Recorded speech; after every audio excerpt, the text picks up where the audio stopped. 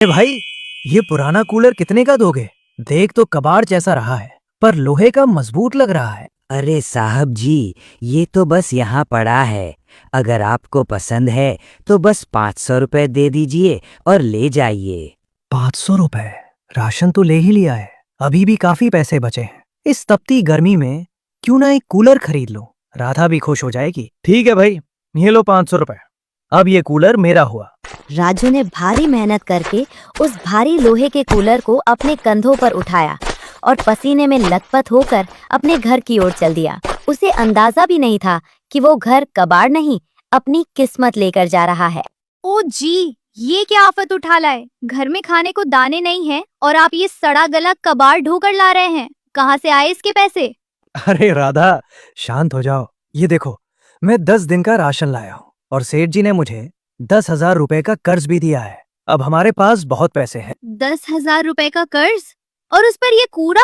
पागल हो गए हैं क्या आप? इतना पैसा इस जंग लगे लोहे के डिब्बे पर बर्बाद कर दिया। राधा, ये कबाड़ उनके लिए है जिनके पास पहले से 4 कूलर हों। हमारे लिए तो यही नया है। देख लेना, ये कूलर हमारे घर की सारी गर्मी सोख लेगा। राजू खुश था, पर राधा के मन में अब भी डर और गुस्सा था। क्या ये कूलर वाकई उन्हें ठंडक देगा या फिर ये कबाड़ राजू की जिंदगी में कोई नया तूफान लेकर आएगा? अगले दिन राधा की कड़वी बातों और घर की कलह से तंग आकर राजू जंगल की ओर निकल गया। वो एक पुराने बरगद के पेड़ के नीचे बैठकर अपनी किस्मत पर रो रहा था।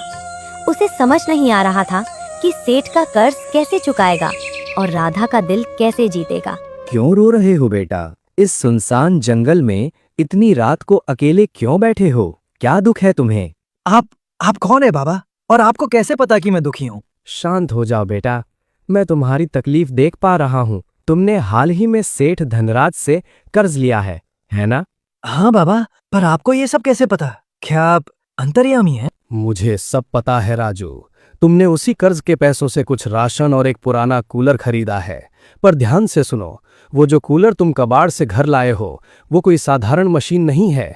उस लोहे के ढांचे में एक जिन की आत्मा कैद है। जिन? हे भगवान! बाबा, मतलब भूत? मैं तो उसे घर ले आया हूँ, अब मेरी राधा का क्या होगा? डरो मत, वो एक नेक रूह है, पर असली खतरा वो कूलर नहीं, वो सेठ है। उसने धोखे से कोरे कागज पर तुम्हारा अंगूठा इसलिए लगवाया है ताकि 1 महीने बाद वो तुम्हारा घर हड़प सके। वो एक लालची इंसान है। क्या? तो बाबा, अब मैं क्या करूं? मैं तो बुरी तरह फंस गया हूं। मेरे पास इतना धन भी नहीं है कि 1 माह के भीतर कर्ज चुका पाऊं। बेटा, मैं सिर्फ राह दिखा सकता हूं, करना तुम्हें ही है। बस घर जाओ, कूलर चालू करो और उससे कहो, हे कूलर की आत्मा प्रकट हो। वो जिन तुम्हारी मदद करेगा, वो तुम्हें गरीब से राजा बना देगा। सच में बाबा, वो मेरी सारी इच्छा पूरी करेगा? हाँ, परंतु उसकी एक शर्त होगी जो तुम्हें पूरी करनी होगी। जाओ राजू, अपना भाग्य आजमाओ। राजू ने बाबा के पैर छुए और उनका आशीर्वाद लेकर अपने घर की तरफ ऐसे दौड़ा जैसे उसके पीछे पागल हाथी पड़ा हो। उसे अब डर नहीं, बल्कि एक नई उम्मीद दिखाई दे रही थी। राजू हांफते हुए अपने घर पहुंचा। घर में सन्नाटा था, पर उसका दिल जोर जोर से धड़क रहा था। साधु बाबा की बातें उसके कानों में गूंज रही थी। आधी रात हो रही, पागल हो गए हैं क्या आप? कहाँ थे इतनी देर तक? राधा, थोड़ा सब्र करो, बस थोड़ी शांति रखो। आज सब ठीक होने वाला है। तुम बस ये बताओ कि वो कूलर कहाँ है जो मैं कबाड़ से लाया था? वो रहा अंदर के कोने में, धूल फाक रहा है आपकी तरह। क्या करेंगे उसका? राधा, इधर आओ और मेरे पास खड़ी हो जाओ। आज हमारी किस्मत बदलने वाली है। बस तुम ये राज किसी को बताना मत। ओ कूलर वाली आत्मा, आप सुन रहे हैं ना? मेरी मदद कीजिए और प्रकट होइए। अचानक कूलर के पंखे तेजी से घूमने लगते हैं और तभी कूलर से एक भारी आवाज आती है। बताओ राजू, क्या सेवा करूं मैं तुम्हारी? मैं सब सुन रहा हूं और सब देख भी पा रहा हूं। हे भगवान, भूत! भागो जी भागो, ये कूलर बोल रहा है, ये हमें खा जाएगा, बचाओ! अरे रुको राधा, रुको, डरो मत। ये कोई भूत नहीं है, ये जादुई कूलर है। देखो, ये बोल रहा है, तभी तो जादुई है। सच में ये हमारी इच्छा पूरी करेगा? पर जी, अगर ये कोई राक्षस हुआ तो मुझे डर लग रहा है। अरे टेंशन मत लो, अगर ये राक्षस हुआ तो मैं इससे कहूंगा कि मुझे अपना भोजन बना ले, पर मेरी पत्नी को छोड़ दे। अब खुश? तब तो ठीक है, चलिए फिर से इसके पास चलते हैं। ओ कूलर वाली आत्मा, आप सुन रहे हैं ना?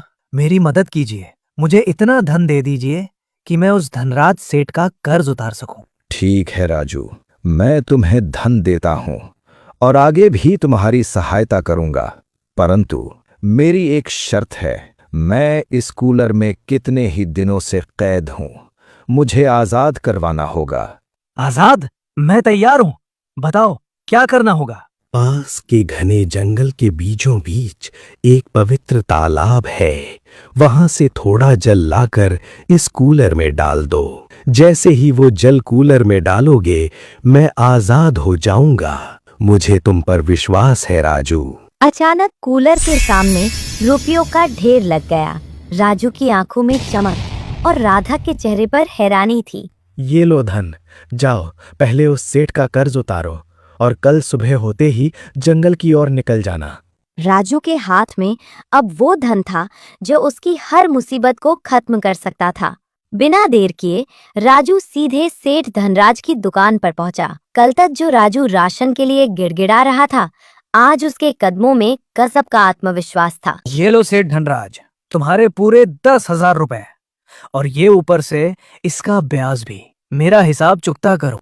धन? अरे राजू भाई, इतना सारा धन तुम्हारे पास एक ही रात में कहां से आया? कहीं कोई चोरी डकैती तो नहीं की? वो सब छोड़ो सेठ, पहले मुझे मेरा अंगूठा लगाया हुआ वो कोरा कागज वापस दो। और हाँ, 1 महीने का राशन भी। अब से मेरा कोई हिसाब बाकी नहीं रहना चाहिए। अरे गुस्सा क्यों होते हो राजू भाई? ये लो अपना कागज। बोलू, राजू भाई के लिए पूरे महीने का राशन पैक कर, और वो भी सबसे बढ़िया वाला। शुक्रिया सेठ। राजू राशन लेकर खुशी खुशी घर की ओर निकल गया, पर पीछे दुकान में सेठ के दिमाग में शैतानी साजिशें पकने लगी थी। क्यों रे भोलू, कुछ अजीब नहीं लग रहा? पहले वो बाबा आया और अब ये राजू। कल तक जो दाने दाने को मोहताज था, आज पूरे महीने का राशन एडवांस ले गया है। मालिक, मुझे भी कुछ समझ नहीं आ रहा। दाल में कुछ काला नहीं, बल्कि पूरी दाल ही काली लग रही है। कुछ तो गड़बड़ है भोलू, और उस गड़बड़ का पता मुझे लगाना ही होगा।